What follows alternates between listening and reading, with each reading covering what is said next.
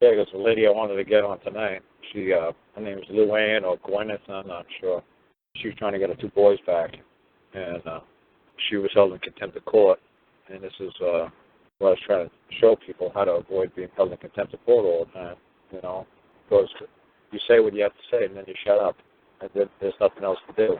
You just let them do whatever they're going to do. Who cares? It's like when me and Jimmy went to court for the foreclosure. Jimmy's got a great case because the bank said they were the highest bidder at the auction, and there was about 9 people at the auction, and all, we all came. Oh, you were there, Gus? Yeah, I was there.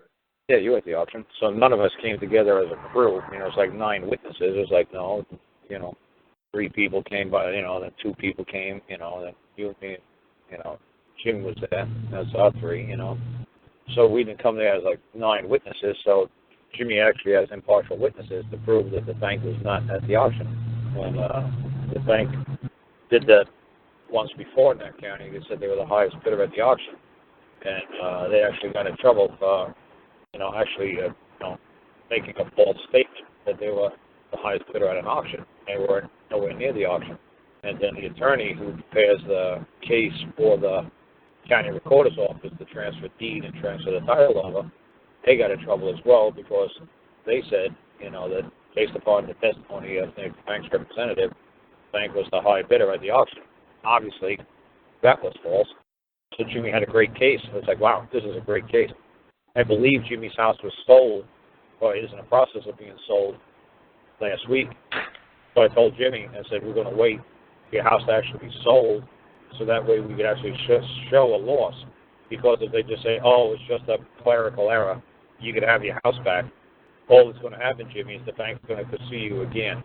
And this time they're going to show up at the auction. And this time they're going to bid. And this time you're really going to lose your house. So I said, you got to wait for them to actually transfer the deed and transfer the title over to some other man. Because all they're going to do is like, oh, here's a clerical error. Oh, we thought that house is the one we bid on. Oh, it's a terrible mistake. Oh, we're so bad. Oh, sorry about that. Oh, no, Jimmy can move right back in. The house has been sitting empty for like 6 months now, a year. So since last January. So yeah, that's if you really want to move in a house that's sitting, like dead like that for a year. Yeah, that makes a lot of sense. So I said, no, Jim, we got to play it all the way out. We got to play it all out where we could actually show damage. And then once you give it to another family, you can't get it back because then you're going to hurt the other family. And it just makes a hell of a mess, when you try to kick one family out because you said he was a high bidder and obviously you weren't. And then another family moves in believing that they have something free and clear, which obviously they don't. It just makes it a hell of a mess, once you let it get to this stage. I guarantee the courts and, he's like, well, why didn't you just tell us sooner? Why didn't you just tell us sooner? If you knew the bank wasn't there, why didn't you just tell us sooner? It's like, yeah, because you would just say it's a clerical error, under Rule 60B, under Rule 60A, like in the Federal Rules of Civil Procedure. It's just they're going to say it's a clerical error. No harm, no foul.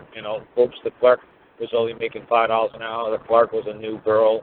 Oops, the girl didn't know. Oops, it was just a mistake.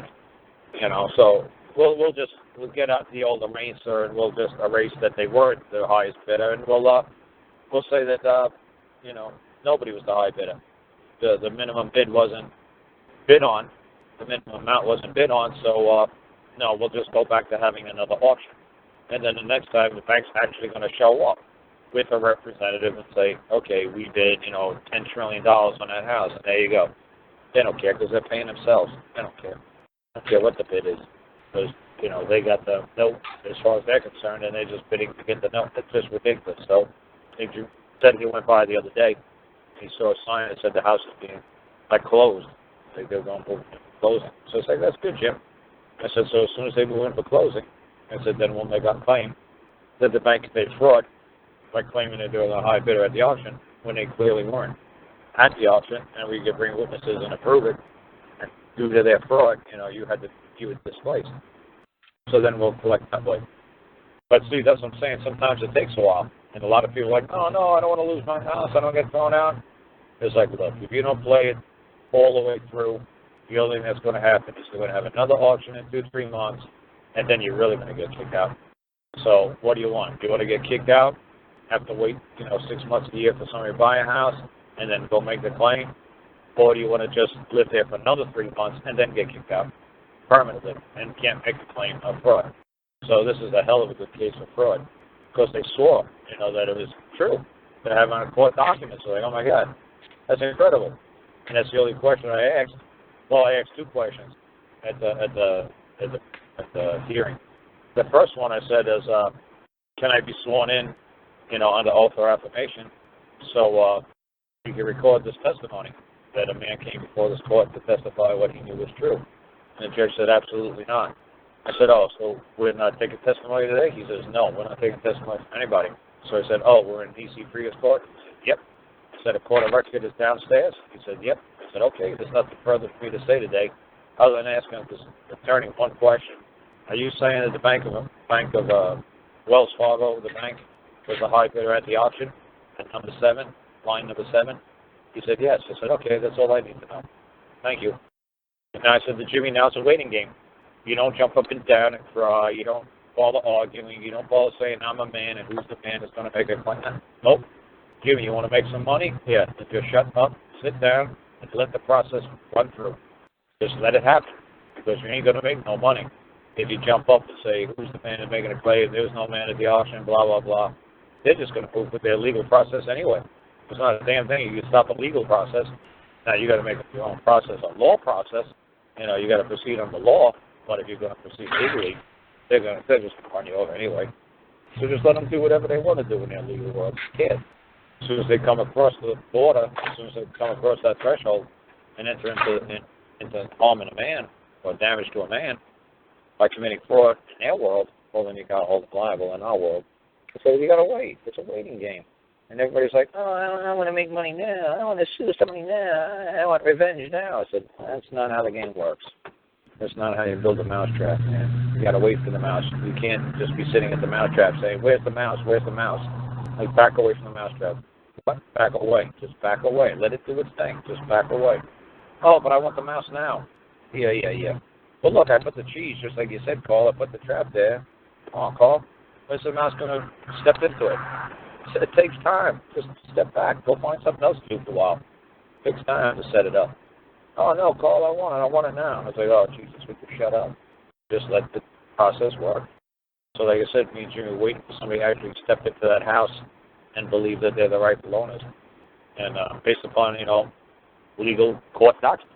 Then I could tell the judge, too. I mean, I don't know if I could hold the man who's acting as a judge liable, but I'll tell him.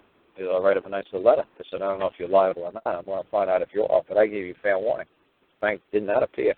They were not there at the auction, and they were committing fraud in your court, and you allowed it to continue anyway. And due to your tolerance, it looks like you conspired with the bank, or the bank attorney, to allow it to happen. So it should be really interesting. So, like I said, that's the way I like doing things like that. But like I said, everything's different. Other people might not have the same situation Jimmy had, where the bank said that they were the highest bidder at the auction. Some people might say, oh, good call, I'm just going to let them foreclose on me, and then I'm going to turn around and assume and say it was based on fraud. Yeah, well, okay, based on what fraud? What did they knowingly do? Is it in writing?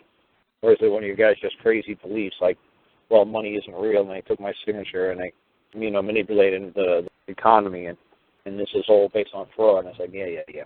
Can you prove any of that? Well, I saw it on a YouTube video. Yeah, well. I read it on Wikipedia. Yeah, well. Yeah. Do you have any names of anybody that actually did it? Well, no. Can you actually bring that man forward into the court? The lawyer who worked for the bank, you better believe I got his name. You better believe we summoned him to appear at this court. Not court, well, it's Jimmy's court. But all this crazy conspiracy nonsense, saying, oh, the mortgage companies, the banks, they've been doing this for years, blah, blah, blah. It's all fake money. Yeah, so what? It's all fake money, whatever, who cares? Can you prove it? Can you prove that Al Rothstein and Bernie Cohan and, Alan Schwartz, they're all manipulating the mortgage market, and, some family named the Rothschilds behind it all? Yeah, great. Can you prove it?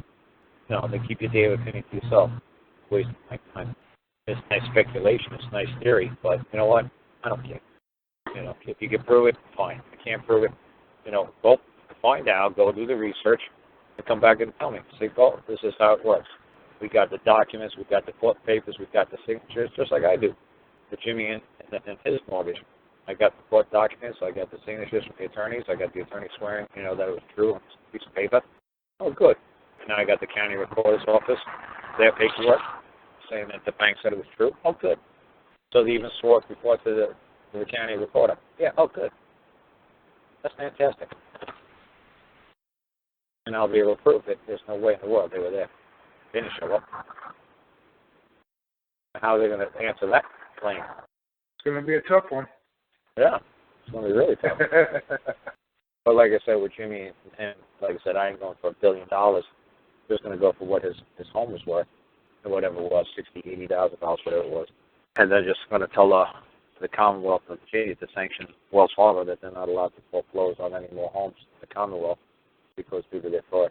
I'm sure this was not the first time they lied out in court. First time they lied on paper. I'm sure there's many times, but I never had the care, the expense, the time to go back and check every damn record that ever occurred. From now on, they're just not allowed to, bid at auction in the Commonwealth. That's all. And just make it that simple. And I'm sure that when, a story like that breaks out that they commit fraud on a wife and, kids and all this other stuff, boy, they're going to look ridiculous that they got to do this to these, especially a picture of Jimmy's family in the paper or something like that. That'd be really funny. Yeah, to take down these guys, they're going to be the poster child, for this kind of stuff.